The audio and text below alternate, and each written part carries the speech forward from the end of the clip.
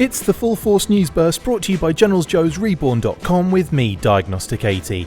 Hasbro apply for a G.I. Joe digital entertainment trademark, and we have more details from the upcoming Operation Blackout console game. So, Hasbro have applied for their first G.I. Joe trademark in almost 3 years, and with Operation Blackout just around the corner, it makes sense that it's a digital entertainment trademark for G.I. Joe.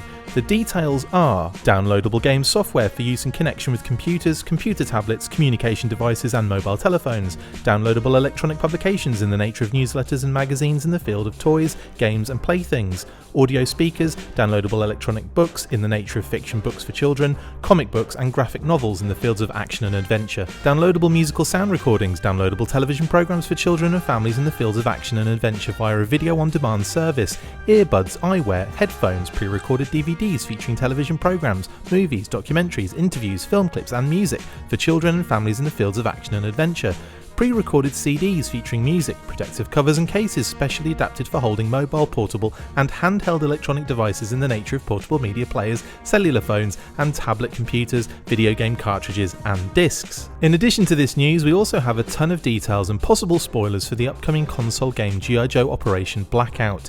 HISSTANK have managed to get an early copy and detailed a number of new features and aspects from the game, describing the overall play as a love letter from fans to fans. It consists of a story mode and several multiplayer features typical to most games of the genre. The story mode is a mix of Cobra and Joe missions, taking the player on a linear journey bouncing around the different missions and factions. There are 4 difficulty settings: Action Figure, Government Issue, Man of Action and Real American Hero.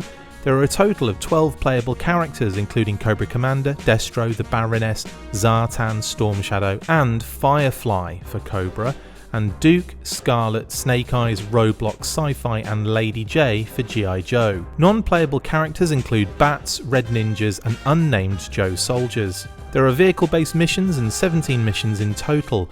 Early on in the game, Cobra infiltrate the flag and you have Zartan posing as a Joe guard to help stop the Joes from preventing the attack. There's a boss battle with Destro at this stage. Another mission takes place in Japan with a team-up between Storm Shadow and Firefly.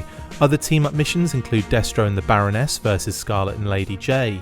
As we move into the middle of the story, we have Snake Eyes hunting for a relic known as the Mold.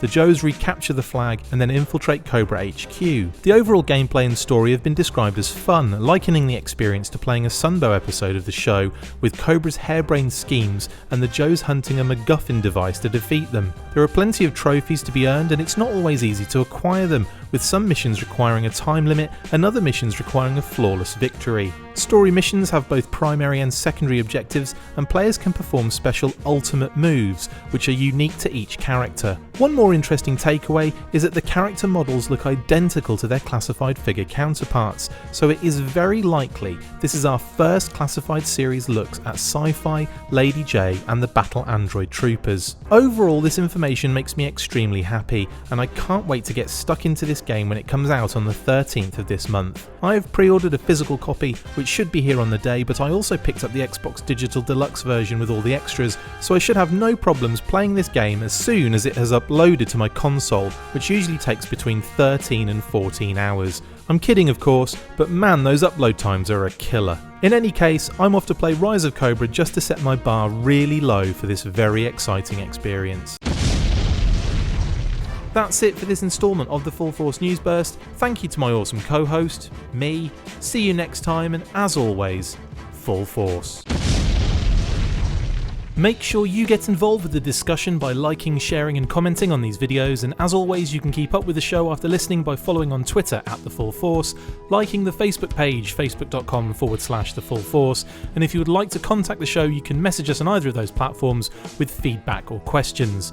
We have also started a Patreon page, so if you want to see your name up in lights on these videos or enjoy exclusive bonus content, then check out patreon.com/TheFullForce podcast or click the link on any of the posts this podcast appears in. Full Force.